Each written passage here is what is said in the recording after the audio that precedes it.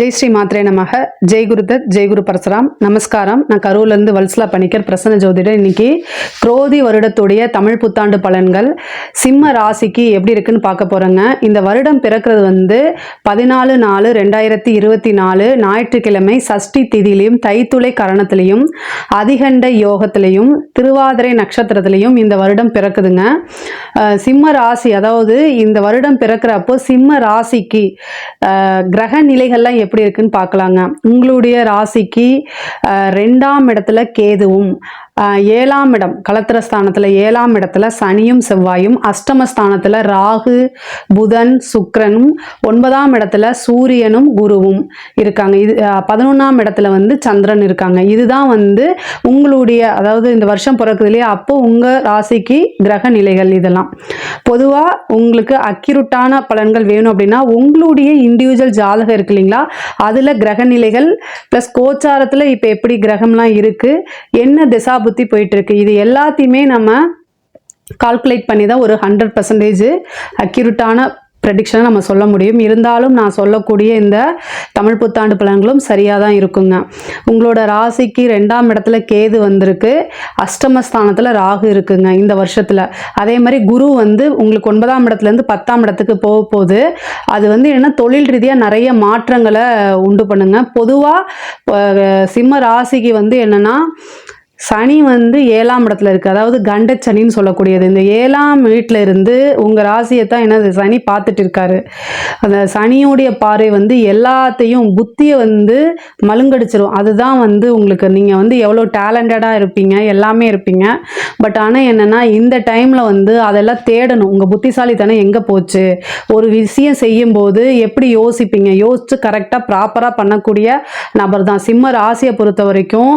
அதாவது அது மக நட்சத்திரமாக இருந்தாலும் சரி, பூர நட்சத்திரமாக இருந்தாலும் சரி, உத்திர நட்சத்திரமாக இருந்தாலும் சரி, நல்ல டேலண்டாக நம்ம ஒரு டைமிங்கு, பங்க்சுவாலிட்டி, கரெக்டு, இது சரி இது தப்பு எல்லாமே தெரியக்கூடிய நபர்கள் தான் நீங்கள். ஆனால் சனியோடைய பார்வை, அந்த 7ஆம் பார்வைங்கிறது வெறி கொண்டு பார்க்குற மாதிரின்னு வச்சுக்கோங்களேன்.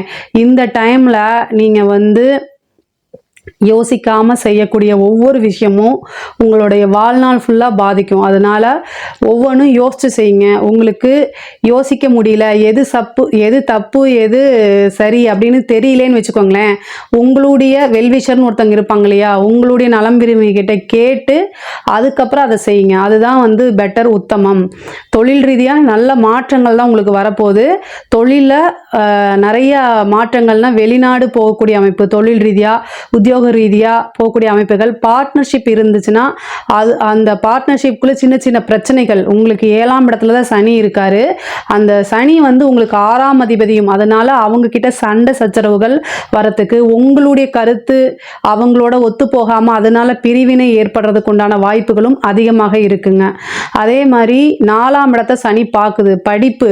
படிக்கலைன்னா வாழ்க்கை இல்லை அப்படிங்கிறத நீங்கள் அதாவது மைண்டில் ஏற்றிக்கணுங்க. 4ஆம் வீட்டுக்கு சனியோடைய பார்வையும் இருக்குது, சேம் குருவோட பார்வையும் வருது. ஆனால் படிப்பு கண்டிப்பாக சனியோட பார்வை இருக்கும்போது என்னென்னா நிறைய உங்களைய கன்ஃபியூஸ் பண்ணிவிடும், ட்ராக் மாறுறதுக்கு உண்டான அதிக வாய்ப்பு இருக்குன்னு வச்சுக்கோங்களேன். 4ஆம் இடத்துக்கு எப்போல்லாம் சனியோடைய பார்வை இருக்கோ அப்போ உங்களுடைய படிப்பை பிரேக் பண்ணுறது, படிக்கலாமா வேண்டாமா, இல்லை வேலைக்கு போகலாமா, இந்த மாதிரி எண்ணங்களை ஏற்படுத்தும். முக்கியமாக சிம்ம ராசியில் பிறந்த ஜாதகருடைய பேரண்ட்ஸ் கவனமாக இருக்கணும். தன்னோட குழந்தை என்ன படிக்குது, அவங்க யார்கிட்ட பேசுகிறாங்க, பேரண்ட்ஸ் கவனிக்க வேண்டியது அவங்களுடைய கடமை, கட்டாய கடமைன்னு வச்சுக்கோங்களேன். ஏன் அப்படின்னா 4ஆம் இடத்தை சனியும் பார்க்குது. படிப்பு மட்டும் 4ஆம் இடம் இல்லை, ஒழுக்கமும் 4ஆம் இடம் தான். அதனால் அவங்க யார் கூட பேசுகிறாங்க, பழகிறாங்க, படிப்பு எப்படி போகுது, டீச்சர்ஸோடு அவங்க ரிலேஷன்ஷிப் எப்படி இருக்குது, அதே மாதிரி ஃப்ரெண்ட்ஸோடு அவங்களோட ரிலேஷன்ஷிப் எப்படி இருக்குது, அதெல்லாமே கவனத்தில் பார்க்க வேண்டியது பேரண்ட்ஸோடைய கட்டாய கடமைன்னு வச்சுக்கோங்களேன்.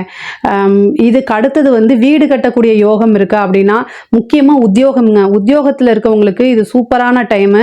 10ஆம் இடத்துக்கு குரு வருது, ப்ரொமோஷன், பதவி உயர்வு கிடைக்கிறதுக்கு வாய்ப்பு இருக்குது. அதே மாதிரி படிச்சுட்டு இருக்கவங்க உங்களுடைய விஷயங்களை நல்லா படித்து இது பண்ணிங்கன்னா கேம்பஸில் செலக்ட் ஆகிறதுக்கு வாய்ப்பு இருக்குது.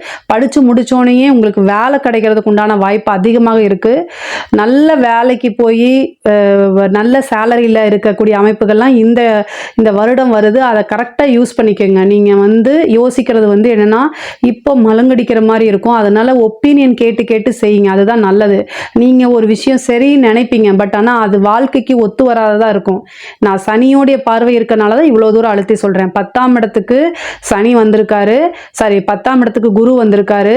அது வந்து 4ஆம் இடத்தை பார்க்குது. குரு ஒரு ஆப்பர்ச்சுனிட்டியை கொடுப்பாரு, சனி அதை வந்து உங்களுக்கு ஏன் இவ்வளோ தூரம் சொல்கிறேன் அப்படின்னா, சூரியனா பிரகாசம், சனினா வந்து இருட்டு, வெளிச்சம் இருட்டு, இது ரெண்டும் மாறி மாறி உங்களுக்கு அமைப்பு இருக்குது. அதனால இவ்வளோ தூரம் சொல்கிறேன் நான்.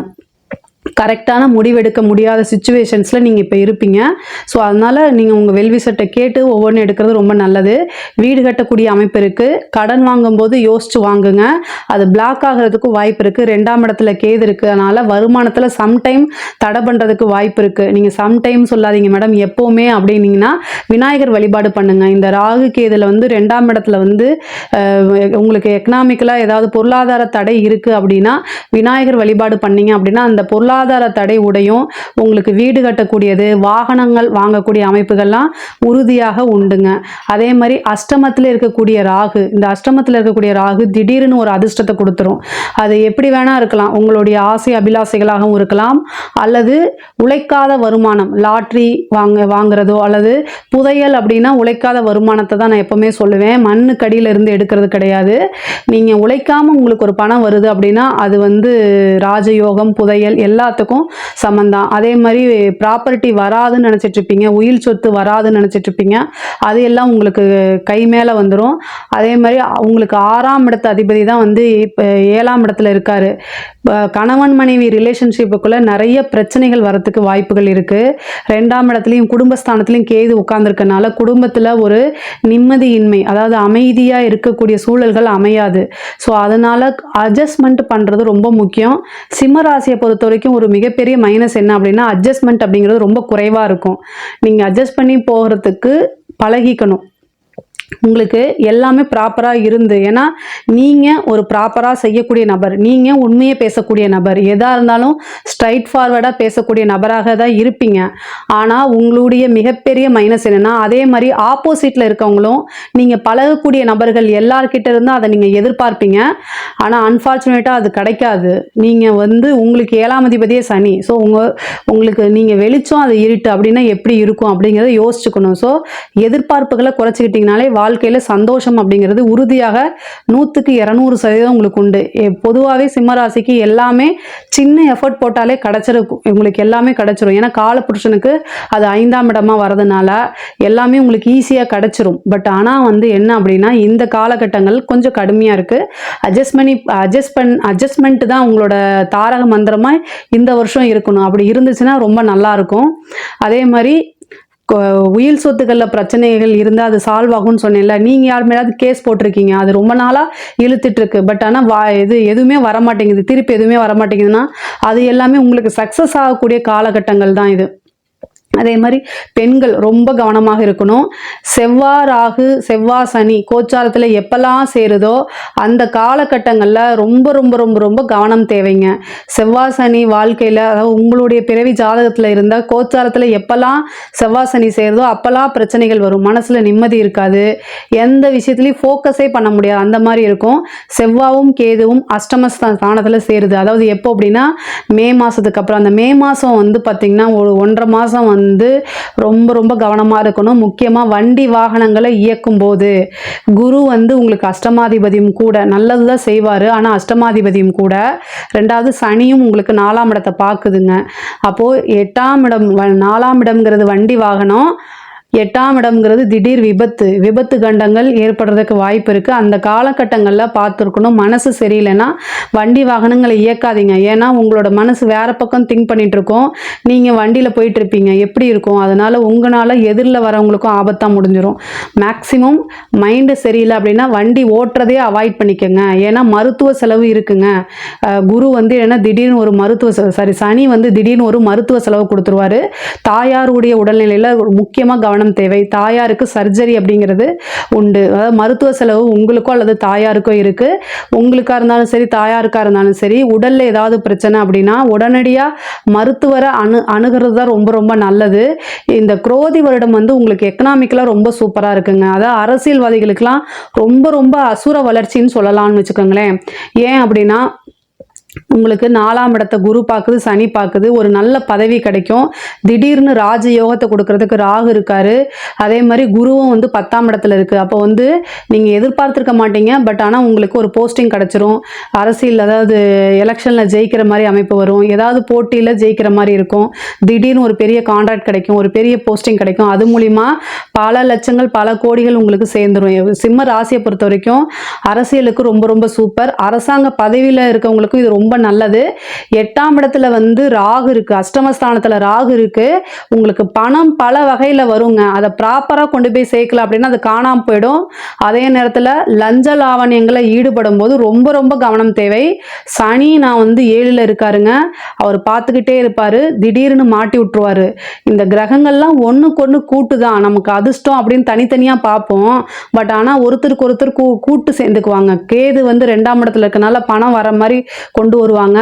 ராகு அஷ்டமஸ்தானத்தில் இருக்குன்னா லஞ்ச லாவணியங்கள் கொடுக்கறதுக்கு ட்ரை பண்ணுவாங்க. சனி அதை மாட்டி விட்டுருவாரு. பார்த்துக்கோங்க. சனி, ராகு, கேது இதுங்களில் கவனம் வச்சுக்கோங்க. லஞ்ச லாவணியங்களை 1 வருஷத்துக்கு அவாய்ட் பண்ணிக்கோங்க. அதை அப்படியே நீங்கள் கண்டும் காணாமல் போயிட்டீங்கன்னா இந்த 1 வருஷம் வந்து உங்களுக்கு பிரச்சனை இல்லாமல் போயிடும்னு வச்சுக்கோங்களேன். ஆனால் பணம் சேர்க்கறதுக்கு உண்டான வாய்ப்புகள் உறுதியாக உண்டு. அது ஏதோ ஒரு வழியில் உங்களுக்கு வந்துடும். அதே மாதிரி பெண்களுக்கு வந்து இது வந்து ரொம்ப சூப்பரான டைமு. கேது வந்து 2ஆம் இடத்துல இருக்குது. குடும்ப நபர்களை அனுசரிக்கணும். பொதுவாக சிம்மராசி பெண்கள் வந்து என்னென்னா உழைக்கக்கூடியது. ஆண்களை காட்டிலும் பெண்கள் அதில் வந்து ரொம்ப வல்லவர்களாக இருப்பாங்க.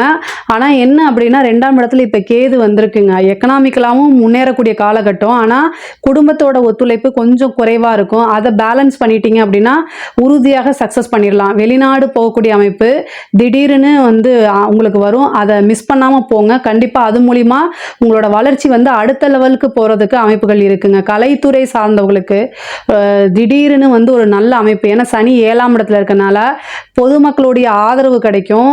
திடீர்னு ஒரு அங்கீகாரம், பாராட்டு, விருதுகள்லாம் கிடைக்கும். நீங்கள் செஞ்சிருப்பீங்க. அது அந்த டைமில் வந்து உங்களுக்கு எதுவுமே ரெகக்னைஸே கிடச்சிருக்காது. பட் ஆனால் இந்த டைமில் வந்து ஒரு மிகப்பெரிய பிரபலம் அப்படிங்கக்கூடிய அமைப்புகளை உறுதியாக கொடுப்பாருங்க. வீடு கட்டக்கூடிய அமைப்பு இருக்குது. வண்டி வாகனங்கள் வாங்கக்கூடிய அமைப்புகள் இருக்குது. சிம்ம ராசியை பொறுத்த வரைக்கும் இந்த குரோதி வருடம் ரொம்ப அருமையாக இருக்குது. ஒரு சில விஷயங்களில் மட்டும் கவனமாக இருக்கணும். அதுவும் சனியோடைய பார்வை இருக்கனால யோசித்து சிந்திச்சு செயல்பட்டாலே இந்த குரோதி வருடம் மிகப்பெரிய லெவலில் உங்களுக்கு சக்ஸஸை கொடுத்துருங்க. இதில் ஏதாவது சந்தேகங்கள் இருந்துச்சு அப்படின்னா கமெண்ட்ஸில் கேளுங்க. கண்டிப்பாக நான் ஆன்சர் பண்ணுறேன். நம்மளுடைய சேனலை லைக் பண்ணுங்கள், ஷேர் பண்ணுங்கள், சப்ஸ்கிரைப் பண்ணுங்கள். நன்றி, வணக்கம்.